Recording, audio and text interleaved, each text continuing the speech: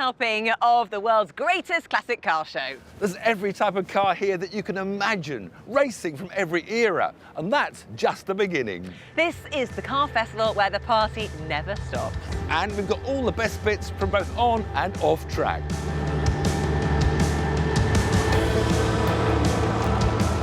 We're getting ready to go racing here at Silverstone. Lights out, away we go. We're getting some racing underway.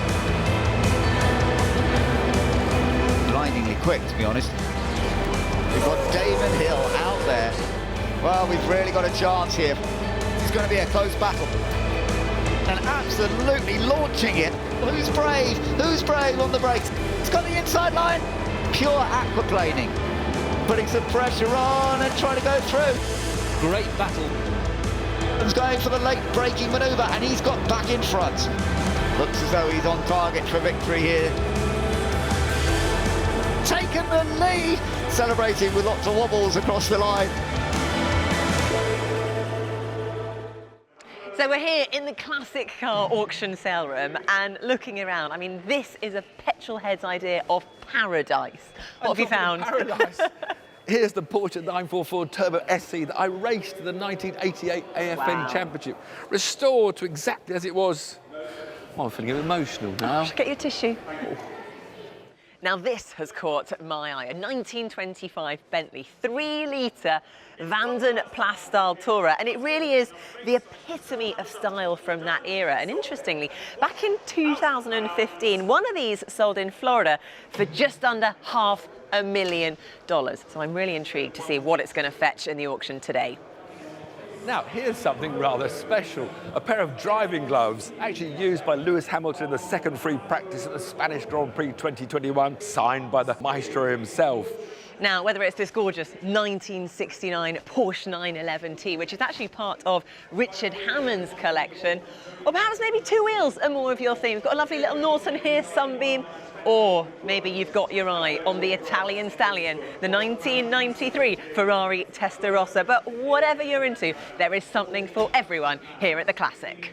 So now, as the auction continues at pace, we hope we've whetted your classic car appetite. And here's what's coming in the rest of the show.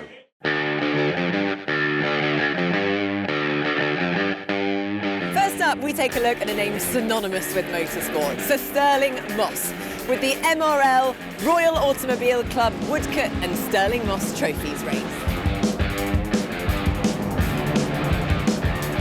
Then we change gear for the Masters Historic Sports Car Race. A British legend follows as we celebrate the Mini Cooper's 60th birthday. We quickly move on to the swinging 60s, where there's a full grid of the International Trophy for classic pre-66 GT cars, like this TVR Griffith, which I'll be sharing with its owner, John Spears. And we finish with a nostalgic trip down memory lane with Damon Hill as he celebrates the 25th anniversary of his extraordinary Formula One World Championship win. And of course, all the rock and roll from off the track. Among Formula One's famous names, there is one that stands above the rest, Sir Stirling Moss, shorthand for speed, for sportsmanship and racing. He defined the gentleman racer, and to many, he was the best all-rounder we've ever seen. Moss made his debut in Formula One in 1951. With his teammate Juan Manuel Fangio, Moss was part of the victorious 1955 Mercedes Works team. The duo became known as the Train, constantly pushing themselves forward, completing faster lap times and gaining many victories. Famously, in 1958, he lost out on the World Championship to compatriot Mike Hawthorn after vouching for his rival and preventing him from being disqualified in the Portuguese Grand Prix. Such sportsmanship set Moss apart. He's one of the greatest Formula One drivers never to win the World Championship. He sadly passed away last spring at an age of 90. His legend lives on. Sir Stirling Moss, missed by so many of us, but Tiff, what did Sir Stirling mean to you? What did he mean to British motorsport? He was, you know, Mr. Motor Racing. The old joke when he got stopped by the police, everybody said, the police, and who do you think you are, Stirling Moss? And of course that was the... but, you know, I grew up, you know, adoring him because my dad took me racing as soon as I could walk. About 3 or 4 years old, I was dragged to Goodwood and I clung to the fences watching these heroes. And Stirling was, of course, you know, one of the main winners at Goodwood all the time. And, well, Jim Clark wasn't ultimately my great hero, but, you know, I was there when Stirling had that awful accident at Goodwood in, 1962. I was about 10 years old. And it just had a huge effect on everybody in motor racing. They couldn't believe that, you know, Stirling was so badly injured and wouldn't be a Grand Prix driver again. But and he won so many races in such a short time. And of course, you know, famously was the greatest driver that didn't become world champion. But he was a gentleman, and he's had such a natural style, the famous arms. But he always looked so relaxed at the steering wheel, you know, while others were sort of, you know, grittily fighting through. And it was just natural ability and a charming, charming gentleman. And the tales of his sportsmanship, I mean, they're legendary, aren't they? Is that what stood him apart from all the other legends? Yeah, because, you know, they didn't bang wheels in those days. You know, they gave each other room and they were friends. I mean, they travelled around Europe from Grand Prix to Grand Prix in road cars, sharing a road car, driving from race to race. They were big friends, and, you know, they had such awful fatalities and injuries in those days, and so they had respect for each other so much. So it was quite common. There were some rogues amongst the pack, but, you know, Stirling was definitely a shining light, you know, showing the way, and the whole aura about him, it's just a mystique, and, you know, just, it's a shame he's gone, but what a life, what a life. Got a wonderful event to come up. It is the Royal Automobile Club Woodcote and Stirling Moss Trophy race, and the race is getting underway.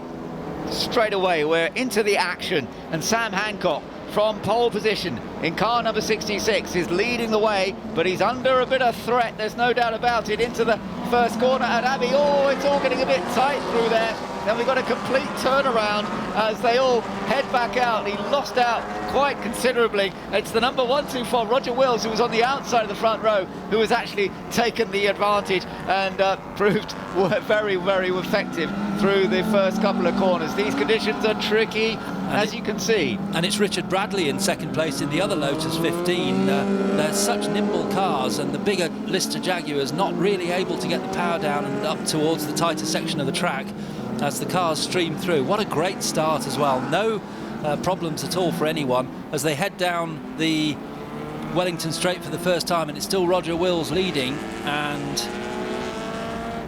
yeah, in that second place the other Lotus 15. Then it's the two of the Listers. D-type Jaguar there we can see as well. So Sam Hancock, I think, is in second place, the man who started from pole position, or is it actually? No, I don't think it is. He's dropped back. He did drop back a little bit more than that, didn't he? So it's still Roger Wills who's got the advantage. Cars running out a little bit wide as they come out of Luffield. Number 6 there coming through, and that is the car of James Cottingham and Harvey Stanley. But our race leader has made a little bit of a getaway, no doubt about it. We've got a battle for the lead, yes. We've got Chris Ward going through into the lead under braking for Brooklands, with Roger Wills dropped down into second place in the Lotus. So Lister leads Lotus leads Lotus now, with Chris Ward, Roger Wills, then Richard Bradley next up, and then it's James Cottingham in the Tajiro Jaguar. I know, may well have been a car that lost it out of stow and then had a big moment that took it a long way along. Whether that's the car that they want to recover, I'm not sure, but clearly there is some work to be done, and that's why they... Oh yeah, that is the car you saw, Alistair. It is car number 12. It's the Steve Brooks Martin O'Connell car. So Martin is due to drive 2 cars in this race. Steve Brooks started out in this D-Type 1955 car. We didn't see exactly what happened. I think that probably would have started at Stowe, don't you? Yeah, I do, yes. And he's spun coming out of Stowe, and then it's ended up all the way over there. I've seen that before, yeah. You run wide out of Stowe, you sort of half correct it, slide, and then it hits back onto the inside quite a lot further down the road. Yeah. The race does get underway, and Richard Bradley is picking up the pace as they come through Club Corner, being chased now by the number 144 Jaguar D-Type of James Hanson, and opening up a little bit of a gap as they come across the line. But this situation could well change once the pit stops have been made. We are waiting for this little lead group to do their pit stops. They haven't done them yet, whereas the group that has made their pit stops did so under full safety car period, so they should still have a little bit more of an advantage. Martin Stretton and Gregor Fiskin at the wheel, are catching up the leaders, just less than a second between them. We can see there on the graphic, in fact, just about 0.25 of a second between them, so that's a really close battle for the second part of this race, as Martin O'Connell just scythes his way through with such confidence, doesn't he? Such confidence from these drivers as they make their way through the slower cars. Out onto the hangar straight once again, this for the last time. I think there's been a change once again in the Woodcote Trophy. The Stretton car and Fiskin has gone back ahead of the Pat Blakeney Edwards car. So on this last lap, we're getting a change for the victory in the Woodcote Trophy. There's no change up front in the outright win, but there are still changes going on further back. Absolutely incredible, that second race that we've had within this race. So we're looking now at Martin O'Connell coming through into club corner for the last time. He'll take the right-hander and cross the line to take the flag.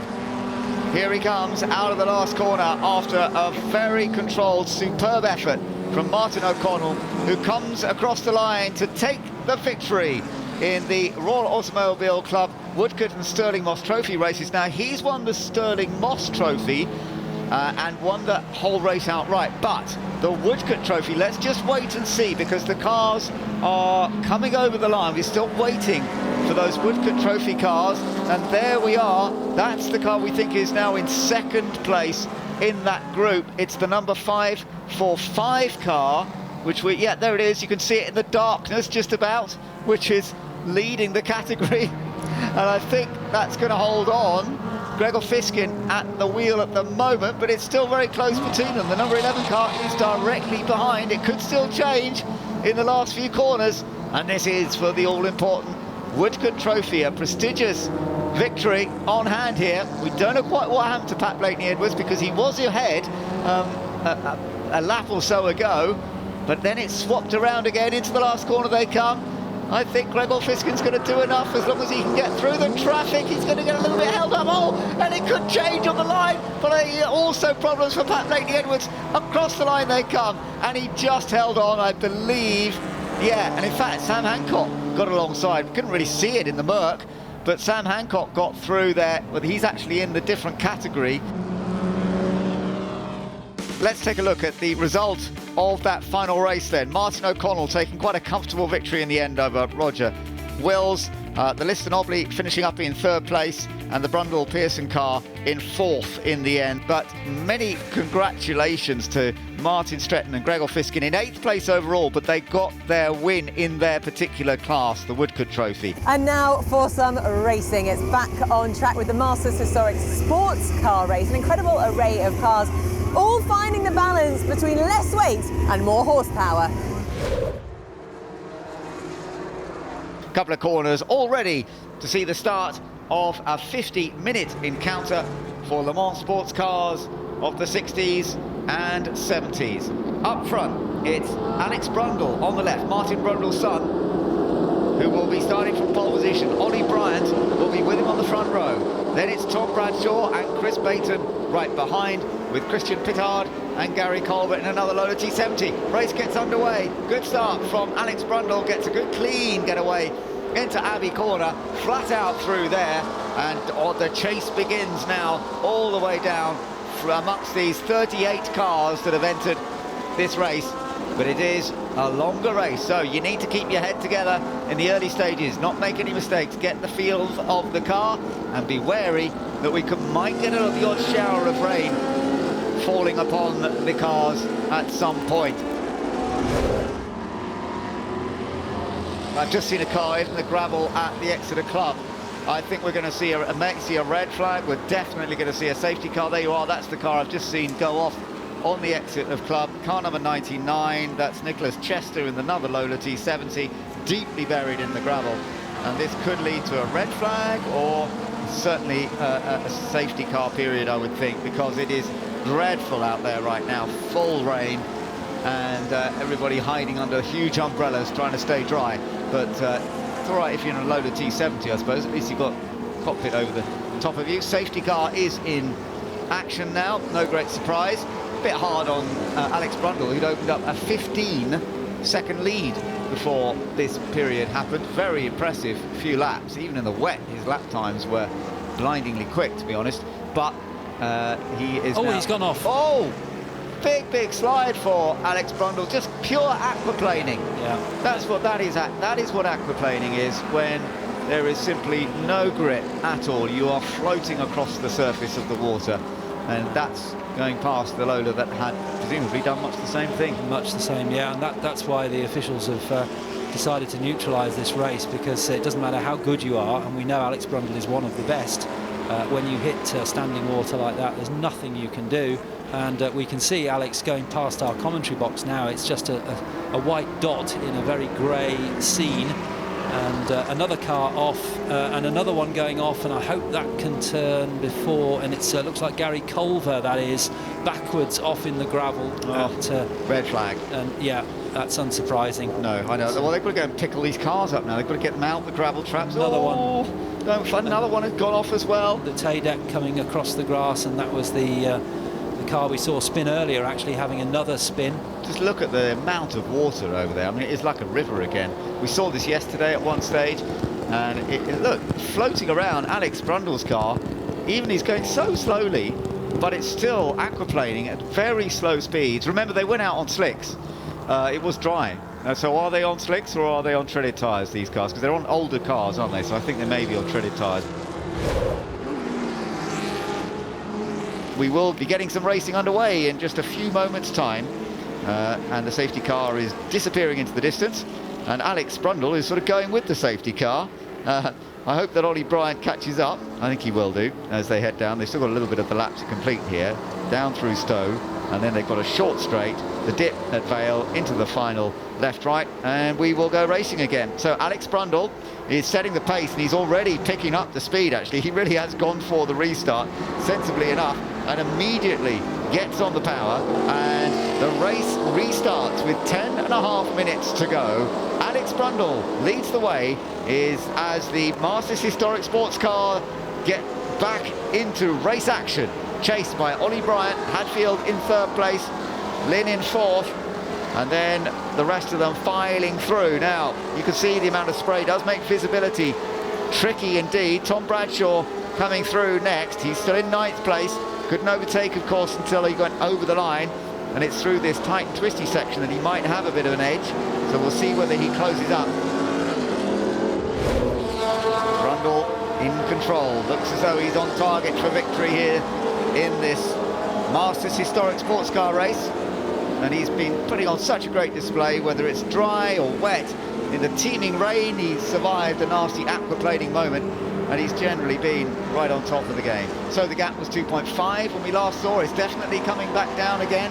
The gap will be measured once more on the timer in just a moment. Yeah, it's come down to 1.7. Each sector, he's chipping away. He is indeed, as they go through Brooklands up towards Luffield. Bradshaw again taking that very wide line, goes wide again at Luffield, just looking for that extra bit of grip from the tarmac on the outside of the circuit. Comes out of Luffield up towards Woodcote. They go through the right-hander. Just about half a lap to go now for Bradshaw to catch Hadfield up towards Cops Corner now. The leaders, of course, will be already running up towards Beckett's, but these two having a great battle for third place. Tiffany Dell's moved up a little bit. He's up to 17th place now, so he has gained a position or two, but the older McLaren is not working quite so well as some of the more modern cars. But, well, we've really got a chance here for Tom Bradshaw. Can he snatch a podium in the closing moments of this race? Final lap. Alex Brundle up ahead, will be heading for the line pretty soon. Tom Bradshaw's still got a few corners in which he can make up some time on Simon Hadfield. Here is our leader, though, coming into Club Corner and right out onto the curb again. He's always pushing hard, isn't he? But after a fairly dramatic race with a long red flag interval, it's Alex Brundle who wins the Masters Historic Sports Car race. Ollie Bryant finishes a strong second, and who's going to get third? It's going to be mighty close. It's all about the last corner. Is it going to be Bradshaw? Is it going to be the Lola of Simon Hatfield? It's all about the exit. Get on the power. I think the Lola's going to do it. Yeah, great effort by Tom there to try and put the pressure on, but ultimately Simon did just enough. We think it's Simon in the car at the moment, the car that he is sharing in number 81 with Chris Baton, but well done to Tom, who nearly got the podium. He certainly gave us some entertaining racing there. Alex Brundle winning the Masters Historic Sports Car race by some 2.8 seconds over Ollie Bryant. Simon Hatfield finishing in third place in the other Lola. So a Lola 1, 2, 3 with the Chevron Tom Bradshaw almost getting into the podium spot, but it didn't quite happen in the end. Here in the international paddock, we turn our attention to this incredible display of exotic supercars. Everything from the legendary Ferrari F40 to the very latest Lamborghini Aventador Roadster, all taking part in the Yokohama Legends supercar display. The Mini Cooper was born 60 years ago when John Cooper, the owner of the Cooper Car Company, thought the Mini would make a great race car. The Mini Cooper featured a race-tuned engine, much sharper handling and better brakes, which was pretty unusual for a small car of the swinging 60s. All of a sudden, a legend was born. They are coming out of Club Corner, waiting for the signal from the lights to release them into racing action once again. And the race is underway. Bill Solis pulls away from pole position, and just look at all the minis. We're going to see 5 cars abreast pretty much going into the first corner at Abbey. Good start from Bill, but Nathan is round the outside trying to take full advantage through Abbey Corner, and Nathan is side by side. Bill will have the inside line for the next right-hander, so he's going to brake as late as possible. Who's brave? Who's brave on the brakes? End of Owens going really deep into the corner as well. Heathcote's got the advantage here. Bill is on the outside. Heathcote on the inside, and I think he's going to take the lead. Yes, he is, and Bill Solis finds himself back in second. Bill is under massive pressure, but now you've got the two Smiths side by side once again. Jeff on the inside, Aaron on the outside. As they head down towards Copse Corner, it looks as though they're going to still be side by side as they go into the quick right-hander. Can they both get through safely? Oh, down the inside goes Jeff, and he gets ahead of Aaron for now. Here's the leader, Nathan Heathcote. Once he got past Bill Solis earlier on, he really has stamped his authority on this race. He's managed to hold his position, keep the gap back to end of Owens, big enough that Owens can't get the toe and try and get past as they come down the hanger straight. They look very small on the very wide hanger straight, don't they? And down into Stowe Corner for the last time, it's the leader, Nathan Heathcote. Yeah, he's driven superbly today, and not quite able to get past Bill Solis yesterday, but he found a way through today, and having done so, he's then protected his position with Endaf Owens in second place. Down through the final section of the Silverstone circuit. Nathan Heathcote win the Classic Mini Challenge, and he's celebrating with lots of wobbles across the line. Second place goes to Endaf Owens, third Bill Solis, fourth in the end goes to Jeff Smith, ahead of Aaron Smith and Chris Middlehurst. The result of the Mini Classic Challenge, Nathan Heathcote taking the win by 3/4 of a second from Endaf Owens and Bill Solis in third place. Jeff and Aaron Smith had a mighty battle, with Jeff finishing fourth, Aaron fifth and Chris Middlehurst in sixth. What a race, a perfect way to celebrate the Mini Cooper's 60th birthday. Now it's time for the International Trophy for Classic GT cars pre-1966. We're getting all set for the start of the Classic GT race, and we're ready for the race to get underway, and it is underway right now, and it's Cobra versus Cobra as they head up towards the first corner. The Roy Alderslade Andrew Jordan car, but not getting away terribly well. That was a big start for the number 69 car. Where did that come from? That was 8th on the grid. Patrick Shovlin in that car, and Michael Cullen there sharing that car together. Where did that come from? I don't quite know how it made such a brilliant getaway then. Yes, wonder whether it was already running quickly before the lights went out and managed to get through, but we'll see. And we can see there the gold and red car of Ollie Bryant as well up as the rest of the field stream through the loop.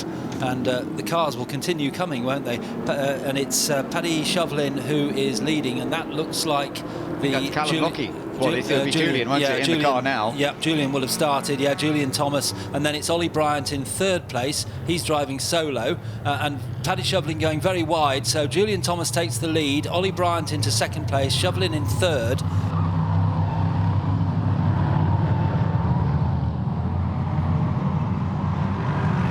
In fourth place, then the first of the TVRs, and that's Mike Whitaker in fifth place. In fourth place is the Cottingham and Stanley car. Yeah. Generally, it'll be James Cottingham who starts. Yeah, so, and that's running well strongly at the moment, isn't it? Beautiful car, that number 21, so we think that's James Cottingham at the wheel, working at the wheel, as you can see. Lots of corrections going on as he goes through Cobb's Corner. But a very good start to the race for Julian Thomas in the Cobra after that brilliant getaway. I don't quite know. We might have to look at the start again to see how Paddy Shovelin managed to shove his way right to the front, having started on what was meant to be fourth row. We've got a nasty incident. I think that's at Cobb's Corner, and a destroyed front end on a Lotus, I think. Oh, that's a very sad sight indeed. We may well get a safety car as a result of that. Let's have a look at what happened. Well, there was a couple of spins. It was the number 84 car sadly got hit while it was spinning around the Steve Jones Chris Atkinson Elan, and it got a big hit from, I think, a 911 that was coming through at the time. Now safety car is coming in this lap, so it heads to the pits, and we're ready to go racing full flat out pace once again as the leader Julian Thomas begins to pick up the pace out of Club Corner, under pressure from Ollie Bryant behind, and then it's all quite close with Mike Whitaker in third place in the TVR, but he's coming under quite a lot of threat from the Paddy Shovelin Michael Cullen car. Up into Abbey they come, and the top two very evenly matched. Ollie Bryant sliding around a bit in his Cobra, whereas Julian Thomas took that beautifully, didn't drift too wide, keeping nice control here, and is hoping to build up a little bit more of an advantage. Ollie Bryant, hugely experienced in everything from historic racing through to Le Mans, and he's trying to hold on to the slipperier shape of the Shelby Daytona Cobra coupe rather than the more traditional Cobra shaped, and a retirement from one of the E-types, or at least it stopped. It's the car of Mike and Matthew Wrigley. Oh, and we've got an Elan that has stopped. That's Rob Fenn. Oh dear. 166, I think. So it's still pretty close. We've got 8 minutes to go in a race, and 3 AC Cobras. Oh, the boots come open on Ollie's car. Yeah, now, is that going to be a help or a hindrance, do you think? It's not DRS, is it? No, no, it's not DRS. It looks a bit like it. It's got a flap coming down there on the rear of the car. Might add a little bit of drag rather than take it away, but let's hope that it hangs on in there. Not a great deal of room. A spin for and that looks a bit more than a spin. There's damage done to the Andy Willis car, and it's hard to see exactly what's happened there. That looks as though it might have quite a bad incident. It might have gone upside down. We're going to see what happened, and I think I hear that it was quite a big accident. Oh, look, so it has rolled. Oh my goodness, look at that. That is a frightening looking accident, isn't it? And it's rare to see a car roll on the tarmac. It's really quite rare to see that. Normally you'll see a car go off onto grass or gravel and then flick into a roll. Quite unusual. And I think, as we've seen, the driver has actually been able to drive it to a place of safety. So well done to the driver, who seems to be okay. Well done to Julian Thomas and Callum Lockie, because when Callum went out after the pit stop, he actually made a couple of errors, and then we saw him side by side with Ollie Bryant. Bryant had the advantage briefly, but then Callum got it all together, got back in front and has managed to open up a useful little advantage. A brilliant race. He's going to take victory in the International Trophy for Classic Pre-66 GT cars. Callum Lockie takes the checker flag and victory. He and Julian Thomas have won. Ollie Bryant finishing in second place, the gap 4.3 seconds. And then looking down the order, Andrew Jordan is going to come through in third. He has just crossed the line. Fourth place for Whitaker in the TVR. Now let's just see if there are going to be any further changes. Is the number 69 car going to be able to gain another place, move up to 7th? It has set fastest lap in this race, but it does seem a bit as though there are some intermittent problems with that car. One moment it's going quickly, the next it either falls off or has a locking brake, so it's not going to happen, but it is going to finish in 8th place. Let's take a look at the result of the Pre-66 GT race. We saw Julian Thomas and Callum Lockie take victory by 4.3 seconds from Ollie Bryant, and a Cobra 1-2-3, Andrew Jordan doing a fantastic job to bring that car up into third position. Ollie was coming out the pits and it was real nip and tuck together into the village corner, and we had a bit of a dice and he got ahead and then I got back past him, and it was lovely clean racing, just as exactly as it should be, you know, within a few inches but not touching. Just really great fun racing with him.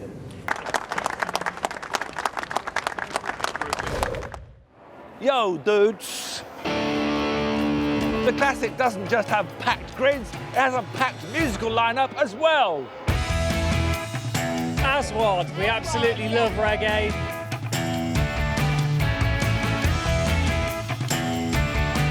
It's been amazing, really, really good. I think it's our 4th year.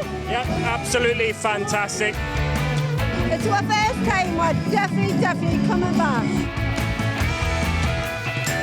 Fantastic, food, entertainment, really family good. Fun, amazing. There's some really good Mustangs and Minis and Falcons. It was brilliant, really competitive racing as well. I've been really looking forward to this because I've been to the Classic a couple of times before. This is the sort of thing where you could bring everybody, you take the whole family. Thank you so much for coming and for entertaining all the crowd. You haven't seen us yet? We'll be there, we'll be dancing. Silverstone the Classic, we love you! Well, it gives me great pleasure to say joining me now is the 1996 Formula 1 World Champion, Damon Hill. Damon, wonderful to see you here at the Classic. Back in the 80s, when you first started in motorsport, you were on 2 wheels. How did you make the transition from 2 wheels to 4? Well, I sort of looked at career planning and stuff like that, and I could see a lot of broken legs on the bike, so I thought it might be worth trying to have a go at these cars. I persevered and got through the 80s and finally got into Formula 1 in the 90s. Amazing. Obviously moving into motorsport with the name Hill, Graham Hill, your father, double Formula 1 World Champion. What did that name bring? I think it brought some sort of expectation. I mean, obviously you're seeing a similar situation with Mick Schumacher. I think I was quite lucky that I managed to pull it off. I didn't win 2 world championships like my dad did, or the Indianapolis 500, or the Le Mans 24-hour race, which was what my dad did.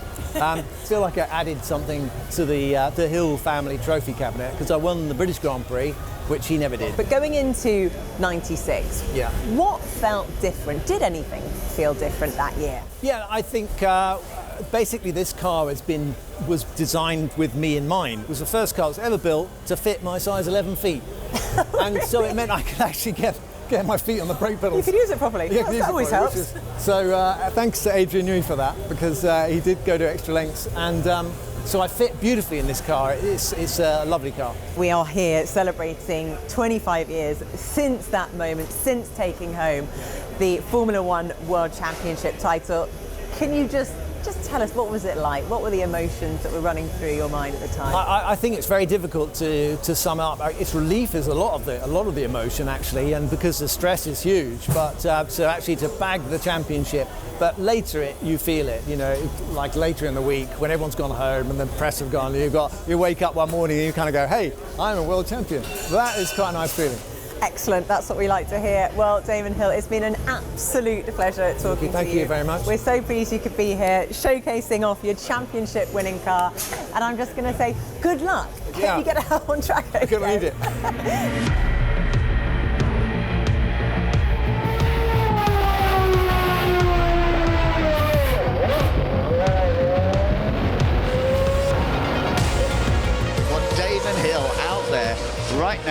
in the Williams FW18, the car with which he won the 1996 World Championship.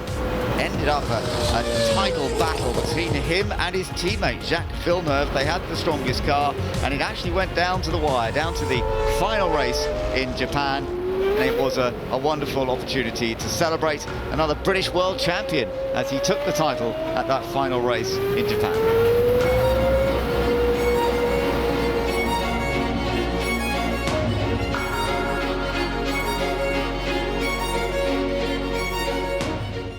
So now we're heading into our final race action for the weekend, and look at this array of cars. 40 historic Formula 2 cars heading into battle here at Silverstone. This is going to be a close battle. Matthew Wrigley on the left as you look at it. Miles Griffiths on the right, sharing the front row. Andrew Smith and Tim De Silva on the second row. The race gets underway, and straight away it's Matthew Wrigley trying to take full advantage from that pole position. He's able to do so, moves out to the outside as they head up into Abbey Corner, and the whole field trying to get through safely. Looks as though they are, but Miles Griffiths is battling to hold on to second place. And it's Andrew Smith who's come through. Yes, Andrew Smith gets second place in the village corner and into the left-hander at the loop. Andrew Smith is now chasing after Matt Wrigley, but I don't think Miles Griffiths has given up, because he's now following Andrew Smith through onto the Wellington Straight. And a car has gone off at Abbey Corner on the outside into the gravel trap. Hopefully all okay. That was the car further down the field. So great start by Matthew Wrigley, but as you say, Andrew Smith's done well to move up into second place. Griffiths in third, De Silva in fourth, and then Callum Grant's made a couple of places already. Callum's up into 8th position, having started down in 10th. Martin Stretton not gaining. He's actually lost out a little bit. He's gone from 8th down to 11th. And coming through to the old pit straight into Copse Corner, it's still Matt Wrigley leading from Andrew Smith in second place in the lovely yellow liveried car, in original liveries, these cars, as they raced in period, and up over the rise to Maggotts Curve into the very fast Beckett sweepers.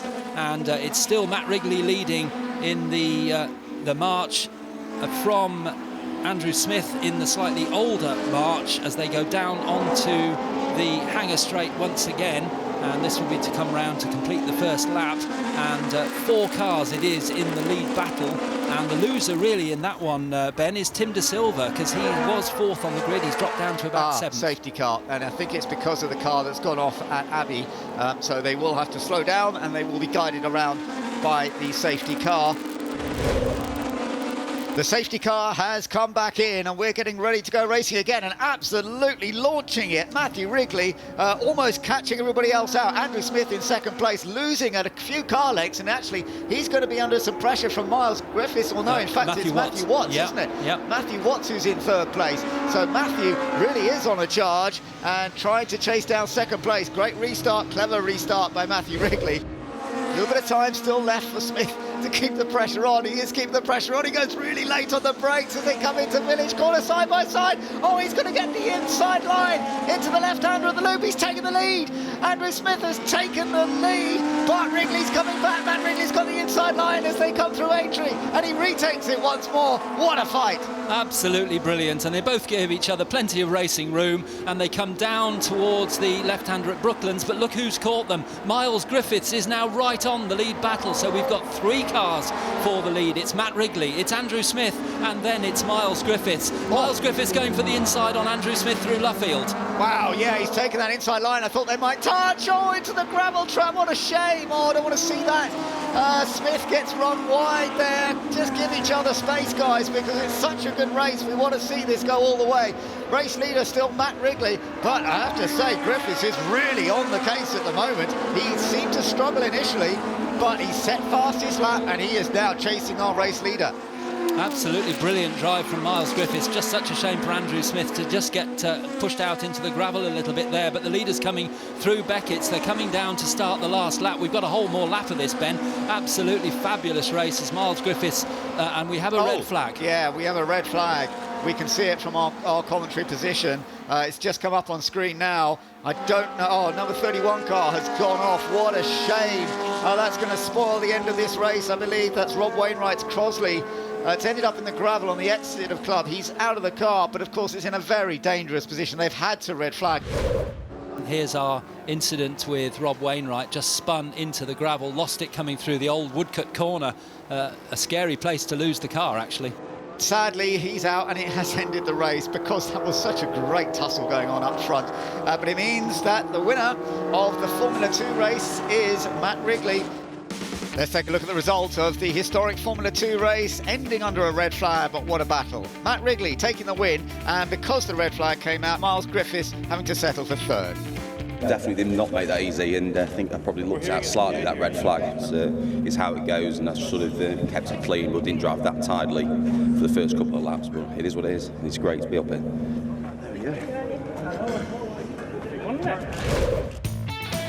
For the HGPCA Pre-66 Grand Prix car race, Sam Wilson started on pole in his Lotus and led all the way, fending off the challenge from Will Nuttall to take first place on the podium. In challenging conditions, the HSCC Thunder Sports race contained some breathtaking action. The cars struggling to find grip on the slippery Silverstone track. Oh, spins from footing forward in the McLaren. Leading to spins, red flags and crashes galore. Ouch. Oh, it's done a fair bit of damage. What a shame. Oh, no, Dean's lost it. Oh, not again. Stay out of the barrier, Dean. This race had some of the most dramatic and spectacular moments from the weekend. Tony Sinclair edged out Cam Lockie in a nail-biting finish to take the win. And Tony Sinclair wins by 0.3 of a second.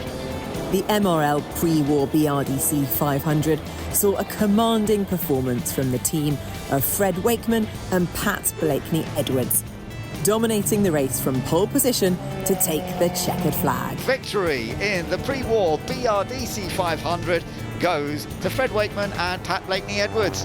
Great performance by both drivers.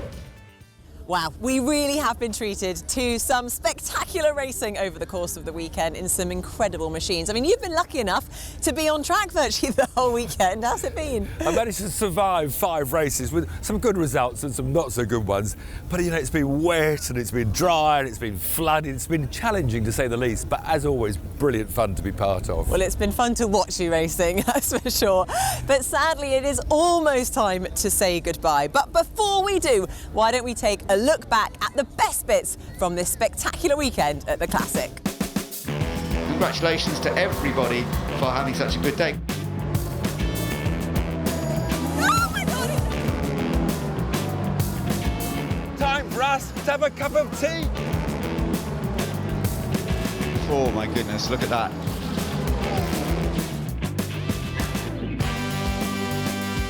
Thank you for entertaining all the crowd. You haven't seen us yet? We'll be there. A lot better than I thought it was going to be. How dare you! This is the highlight of the year, not only for me and for you, but for all of these people as well. Absolutely fantastic. We crossed the line when we raced together. I had a little tear rolling down my face. What a weekend it has been. But Tiff, if you had to pick a favourite moment, what would it be? Oh, blimey, I don't know. But I think it must be. I did that race into the dark on the Saturday night. I was an open-top Lister Nobly sports car. And at one stage, it got darker and darker. And there was this glorious, bright red sunset at the end of the straight. It really did take me back to racing at Le Mans. So it was quite a special moment. For you? I think for me, it had to be hearing Damon Hill talk about Murray Walker and actually say those words, "I've got a lump in my throat." It was just spectacular and definitely something that will stick in my memory bank for a very long time. Well, sadly, our time at the Classic at Silverstone has come to an end. We hope you enjoyed all the thrills and spills, both on the track and off it, in this truly epic event. It has been so much fun and we can't wait to do it all over again next year. So we'll see you then for some more classic car fun. See you.